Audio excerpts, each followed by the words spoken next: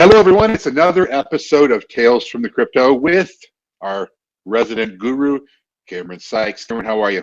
How's it going? I want to say to everybody that the markets took a beating recently, and by recently I mean yesterday. It just crashed. But I also want to say that that's the volatility that's in the market. So it's just going to be there. This is a relatively new market, and it's not unlike what happened to the tech stocks. When they first started out. When Microsoft was 50 cents a share, $1 a share, whatever, nobody knew how to value these things. So the volatility was all over the place. And this is the same kind of scenario in the crypto market. But also on the good side of that, I think everybody pretty much would have liked to have bought Microsoft for 50 cents as well. So that's kind of where you are. So I just wanted to say it's going to go up, it's going to go down. But as we've said before in the past, just hold on to it until we tell you to sell it, and everything's going to be okay. Just ride the roller coaster. Don't even look at it. But this is a new episode, so we're going to go into a couple new coins and get some more insight from Cameron here. So Cameron, I'm just going to turn it over to you and let you just take over, brother. Absolutely. Yeah, I definitely wanted to address the crash that happened yesterday. Thought it might be important to kind of explain what exactly happened so it could provide a little bit of context so people know what's going on. And basically, the markets basically tend to sell off when Bitcoin hits around 40 to 50,000 because of those are psychological levels that they have in there.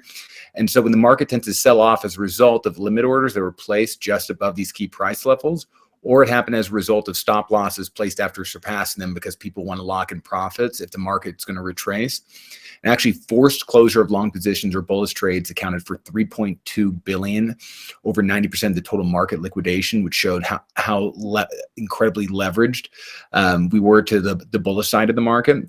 And this is going to happen. It's a healthy reset, and it just kind of shakes out the heavily leveraged positions from the market. And I just want to say, when those things happen during a crash, don't start trading. Don't listen to your emotions. Your portfolio balances are literally just snapshots at that given moment, and just use the emotions of others for yourself. And with that said, I'll get on to the first coin. The first coin is Siacoin. The ticker symbol is SC, and you can get that on crypto.com. It was last trading for around 0.01934 cents. 30-day low of 0.0155, 30-day high of 0.0274, 52-week low of 0.002, 52-week high of 0.0629. And basically, this is a really interesting coin. It's a peer-to-peer blockchain-based network that functions as a decentralized cloud storage, and it depends on network participants to provide storage services to rent access bandwidth for Siacoin users as well as their consumers. And so really what this is, it's very similar to NKN, but rather than for bandwidth or internet, this is for computing storage. So as we know, everything is going to the cloud, but there's only so much storage capacity. And so this essentially incentivizes people to lend out their unused storage capacity to people within the network, and they get compensated in Siacoin. And I think that's ultimately where everything's going. So I think the sky's the limit for this project. I see this hitting potentially at 0.0275 by the end of the year, which would be around 50% gain. And so I think that has a lot of potential. And that's cheap, right? I mean, that's really, really cheap. We're talking fractions of a cent, right? Or at least, yeah. Yeah, it's basically, we're talking barely a penny here.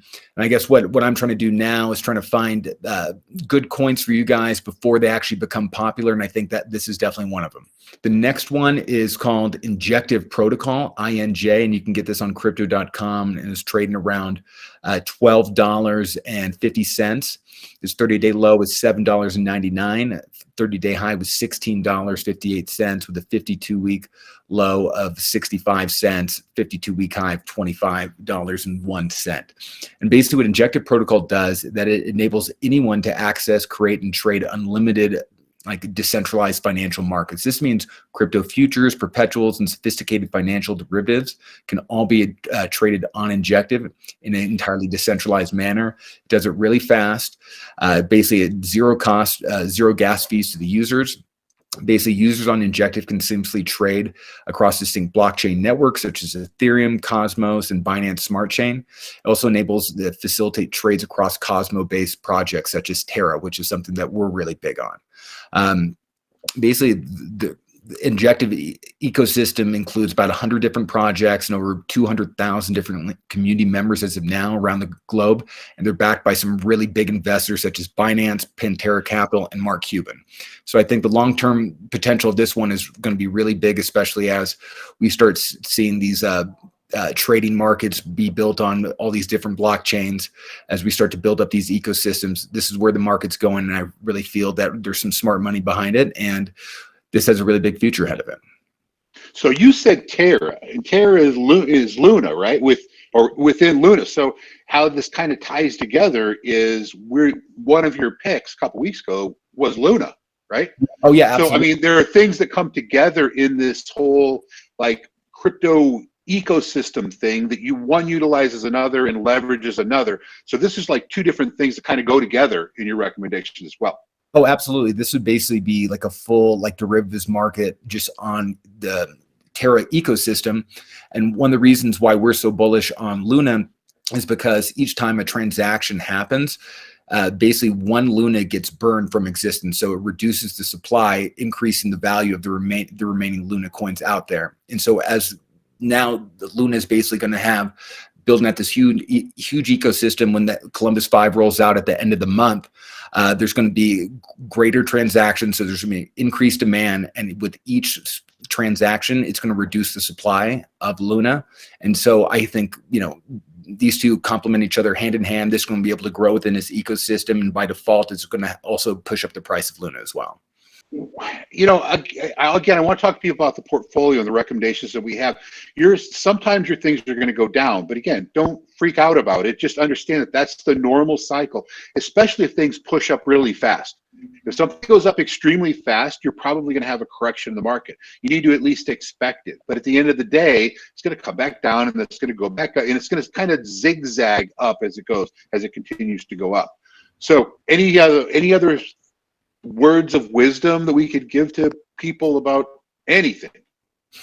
Right now, don't let the emotions get the best of you. Just, you know, keep buying up coins, collecting assets, and letting it grow. And over time, you're going to be just fine. The only way you're going to actually lose in a trade is if you sell like below what you bought it for. And right now, we're not in the business of day trading. We're in the business of collecting assets, and over time, we're going to be big winners here. And so, if yesterday did anything, it just let us do some bargain hunting out there and so buy some stuff on the cheap. And then I think we're going to see some really big returns in the next couple months. That sounds great. Again, I don't want to make these too long because I think people like to just get in, get the information, get out. So we're talking SC and INJ. Those are the two? You got it. And both can go on crypto.com, right? Absolutely. Yeah. Crypto.com. All right. Sounds great. Again, Cameron, I can't thank you enough for doing all this research, looking at all these coins, getting, you know, some rock stars that could potentially go. I mean, you're talking a fraction or less than a penny for a coin. Even if you did 10 of those and put $100 into each of them, all it has to do is one has to hit, right?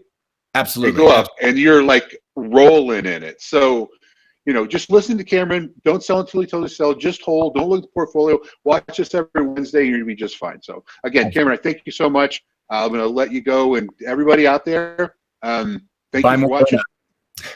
Buy more Luna. That's right. You know, and before we go, another thing, when stuff dips like that, when the market hits, that's like an opportunity to buy, right? When Luna goes down to, what was it, 25 or? Yeah, it dropped almost to 25, and I was thinking I would buy up as much of it anywhere below 35, and so you're just be able to get these things just on the cheap and just stockpile them, because by the end of the month, this thing's about to explode. Perfect. All right, thanks again, Cameron. We're gonna let this one go, and we'll see you next Wednesday, guys. All right, have a good one.